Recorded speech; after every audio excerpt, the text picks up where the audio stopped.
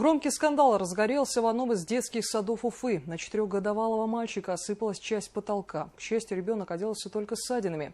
Руководство дошкольного учреждения, со слов родителей, пыталось замолчать произошедшее. Но ссор из избы все-таки вынесли. Наш корреспондент Радмир Азнабаев разбирался в ситуации. Эти травмы 4-годовалый Лева получил там, где он должен быть в полной безопасности, по мнению родителей, в спальне детсада. Во время тихого часа на мальчика с потолка рухнула штукатурка. Ребенку диагностировали гематомы и ссадины по всему телу. Весь кусок, который был над его кроватью, упал прямо на него и об него обломился. Спал он на боку, получается, на левом, поэтому весь удар попал на правый бок.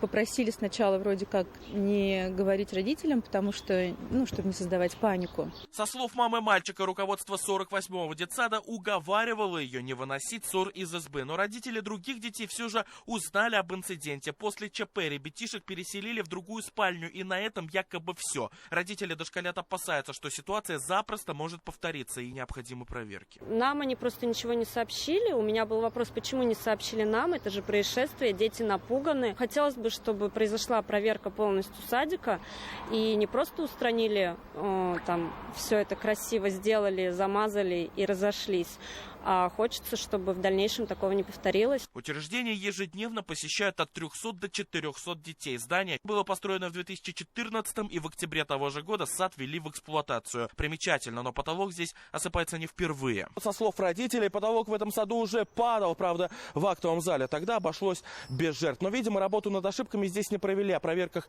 и речи нет, раз даже сейчас при пострадавших инцидент пытаются замолчать. Прокомментировать как-нибудь можете то, что потолок у вас падает там на детей? Такие комментарии мы не даем, только администрация наша. Мы хотим с заведующей поговорить. Заведующей нет.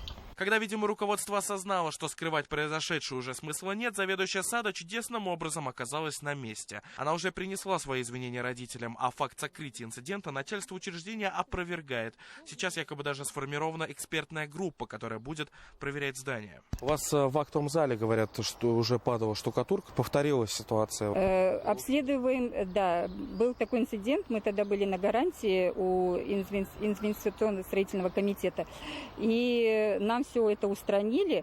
Это было 2 года назад. Каждый год обследуем здание, но на потолках никаких трещин не было. Между тем, родители не торопятся переводить детей в другое учреждение, а некоторые из них и вовсе не видят вины руководства сада в случившемся, упрекают застройщика. Тем не менее, сотрудники детского сада обещают внимательнее следить за состоянием здания, ведь цена ошибки слишком велика, и платить придется уже как ответственным лицам, так и родителям. Радмир Азнабаев, Артур Юлаев, Владимир Шевчук и Ильдус Камалеев. Новости Уфа.